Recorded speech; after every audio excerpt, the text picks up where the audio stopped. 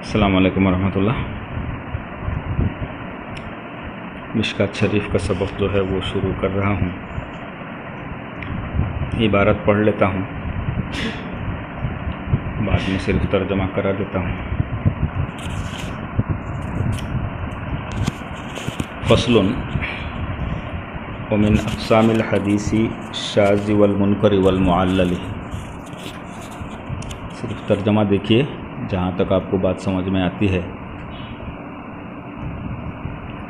یہ فصل جو ہے حدیث کے اقسام شاذ، منکر اور معلل کے بیان میں، یعنی یہ فصل حدیث شاذ، منکر اور معلل کے بیان میں۔ والشاذ فی اللغۃ من تفرد من الجماعت وخرج منها۔ شاذ لغت میں، لغت کے اعتبار سے شاذ کا معنی کیا ہے وہ بتاتے ہیں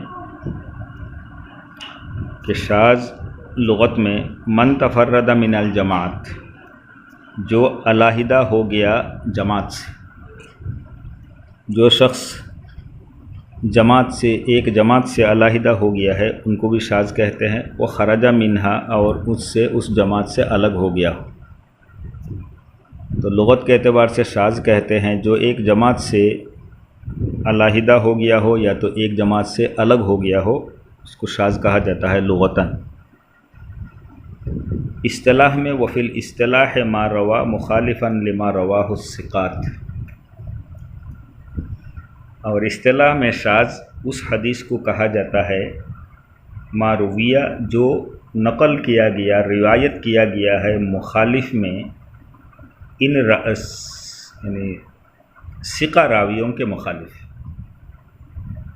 حدیث ثقہ راویوں کے مخالف بیان کرنے کو اصطلاح میں جو ہے وہ شاذ کہا جاتا ہے۔ ایک ثقہ مضبوط راوی ہے، ایک جماعت ہے، چند انہوں نے ایک حدیث بیان کیا، اس کے مخالف میں کوئی حدیث بیان کرنا، تو اس کو اصطلاح میں جو ہے وہ شاذ کہا جاتا ہے۔ حدیث کی کتابوں میں اسی کو شاذ کہا جاتا ہے۔ فَإِن لَمْ يَكُنْ رُوَاتُهُ ثِقَةٌ، یہ ثقہ جو راوی ہے ان کے خلاف بیان کر رہے ہیں اور بیان کرنے والا ثقہ نہیں ہے، فَهُوَ مَرْدُودٌ، تو وہ ان کی حدیث جو ہے وہ مردود ہے، اس کو رد کیا جائے گا، قبول نہیں کیا جائے گا۔ وَإِن كَانَ ثِقَةٌ، اب مسئلہ یہ ہے کہ ثقات کی ایک جماعت ہے، 2 3 4 صحابی، یا تو راوی حدیث جو ہے وہ ثقہ ہے، صحابی نہیں ہے، راوی حدیث ثقہ ہے، تو ان کے بیان کردہ حدیث کی مخالفت کر رہا ہے اکیلا ایک ثقہ راوی، وہ بھی ثقہ ہے، خود ثقہ ہے۔ تو اگر وہ ثقہ ہوں گے، غیر ثقہ ہوں گے تو ان کو حدیث جو ہے وہ مردود ہے۔ اگر وہ ثقہ ہے، مخالفت کرنے والا، فَسَبِيلُهُ الترجیح، تو اس صورت میں جو ہے حدیث کو ترجیح کا راستہ اختیار کیا جائے گا۔ ایسی صورت میں مخالف جن کا ہو رہا ہے وہ بھی ثقہ ہے، جو مخالفت کر رہے ہیں وہ بھی ثقہ ہے، تو اس صورت میں کہتے ہیں فَسَبِيلُهُ الترجیح، تو اس صورت میں راستہ جو ہے وہ ترجیح ہی کا بچتا ہے۔ ترجیح کی صورت کیا ہوگی بتاتے ہیں، بمزید حفظ و ضبط، حدیث کے حفظ اور ضبط کی زیادتی کے اعتبار سے ترجیح دی جائے گی۔ کن کی زیادہ حدیث یاد ہے اور کن کو زیادہ ضبط ہے، دونوں لگ بھگ ایک ہی معنی میں ہیں۔ حفظ حدیث اور ضبط حدیث کی زیادتی پر ترجیح دی جائے گی، او کثرت عدد، یا تو کثرت عدد کی وجہ سے دی جائے گی۔ یہ 2 طریقہ ہے۔ اس کے علاوہ بتاتے ہیں وہ وجوہ اخر من الترجیحات، اس کے علاوہ اور بھی ترجیحات کے طریقے ہیں جو حدیث کے اصول حدیث کی بڑی بڑی کتابوں میں مذکور ہے۔ تو اس طرح کے یعنی مخالفت کرنے والا راوی جو ہے وہ ثقہ ہے، جن کی مخالفت ہو رہی ہے وہ بھی ثقہ ہے، اس صورت میں ترجیح ہی دی جائے گی۔ ترجیح کی 2 صورت یہاں بیان کیا، ایک ہے حفظ اور ضبط حدیث کی زیادتی کی وجہ سے ترجیح دی جائے گی کسی حدیث کو، اور ایک ہے کہ کثرت عدد کی وجہ سے ترجیح دی جائے گی۔ فالراجح یسمى محفوظاً، جس حدیث کو آپ نے راجح قرار دیا، ان وجوہات کا استعمال کرتے ہوئے حفظ اور ضبط یا تو کثرت عدد کے ذریعے سے جس کو راجح قرار دیا، یسمى محفوظاً، اس حدیث کا نام ہوگا محفوظ، والمرجوح شاذ، اور اس صورت میں جو مرجوح حدیث ہوگی اس کو جو ہے وہ شاذ قرار دیں گے۔ شاذ کا بیان ہو گیا۔ دوسرے نمبر پر آتا ہے منکر، شاذ۔ والمنکر حدیث رواہ ضعیف مخالفا لمن هو اضعف منہ، منکر وہ حدیث ہے جس کو روایت کیا ہے ضعیف راوی سے، ضعیف راوی کا مخالف اس شخص نے روایت کیا ہے، ہوا اضعف منہ، جو اس ضعیف راوی سے بھی زیادہ ضعیف ہے۔ تو ایک ضعیف راوی ہے، وہ تو ضعیف ہے، ان سے اگر ان کے مقابلے میں کوئی اور ضعیف راوی آتا ہے ان سے زیادہ ضعیف، تو ان کو اضعاف کہا جاتا ہے۔ تو ایک خلاصہ یہ ہے کہ ایک اضعاف راوی جن سے روایت کر رہا ہے یا اپنے شیخ، اپنے استاد جو ہے حدیث کے، وہ ضعیف ہے، اور جو روایت کر رہا ہے وہ اضعاف ہے۔ تو اس کو ایسے حدیث کو، یعنی اضعاف راوی کا ضعیف راوی سے روایت نقل کرنا، روایت اگر نقل کرے تو اس کو جو ہے، اس روایت کو جو ہے وہ کیا کہا جاتا ہے؟ منکر کہا جاتا ہے۔ نام ہی سے پہلے اسے منکر رکھ دیا ہے، اس کو قبول نہیں کیا جائے گا۔ وہ مقابل ہوا المعروف، منکر حدیث کے مقابلے میں جو ہے وہ معروف حدیث آتا ہے۔ فالمنکر والمعروف کلاہما راویہما ضعیف واحدہما اضعف من الآخر، منکر حدیث اور معروف حدیث دونوں کے راوی جو ہے وہ ضعیف ہوتا ہے ایک، اور دوسرا جو ہے وہ اضعف ہوتا ہے دوسرے سے۔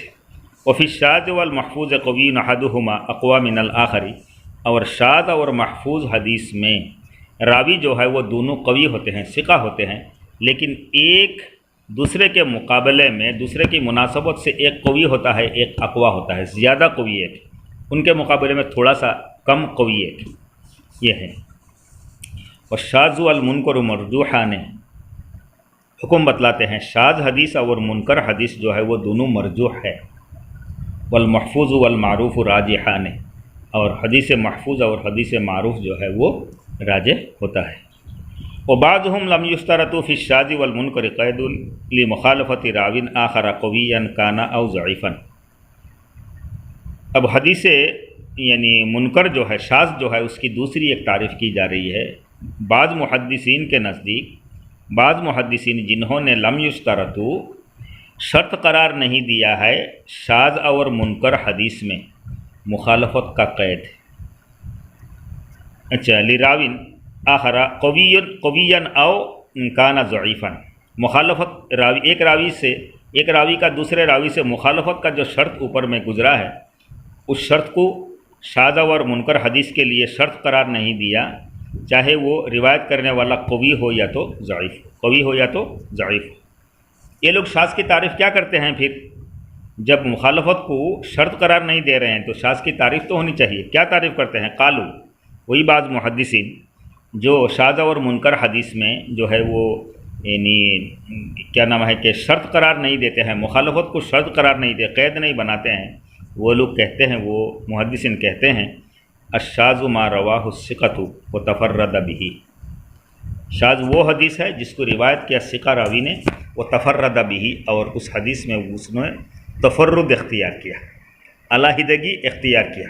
ولا یوجد لہ اصل موافق ومعاضد لہ، اور ان کی حدیث کے لیے کوئی موافق اصل اور موافق تائید نہ ہو، تفرد اختیار کیا اور ان کی حدیث کے لیے کوئی اصل موافقت اور اصل جو ہے وہ تائید، اصل تائید جو ہے وہ ان کو حاصل نہ ہو۔ اس تعریف کی بنیاد پر وہذا صادق علی فرض ثقۃ صحیح، فرماتے ہیں اس تعریف کی بنیاد پر، یہ جو تعریف کی گئی، اس تعریف کی بنیاد پر ثقہ راوی کی روایت جو ہے وہ فرد ثقہ پر صادق آتے ہیں۔ وبعضهم لم يعتبروا ثقہ ولا المخالفۃ، اور بعض محدثین جو ہے وہ کہتے ہیں کہ منکر اور شاذ حدیث میں جس طرح سے مخالفت کی قید کا اعتبار نہیں کیا جاتا ہے، اسی طریقے سے ثقہ کے قید کا بھی اعتبار نہیں کیا جائے گا۔ لم یعتبر الثقہ ولا المخالفت، مخالفت اور ثقہ جو ہے اس کا اعتبار نہیں کیا جائے گا۔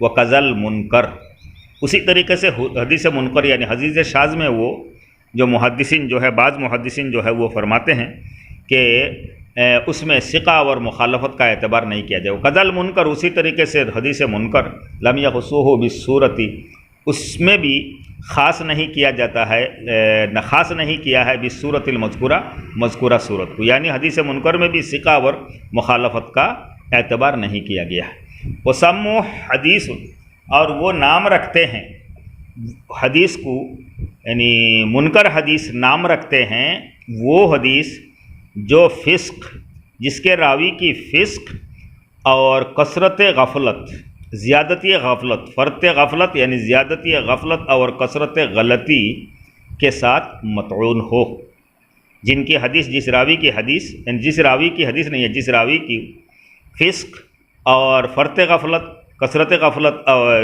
زیادتی غفلت اور کثرت غلط جو ہے کی صفت سے متصف ہے، اس کو جو ہے وہ منکر حدیث کہا جاتا ہے.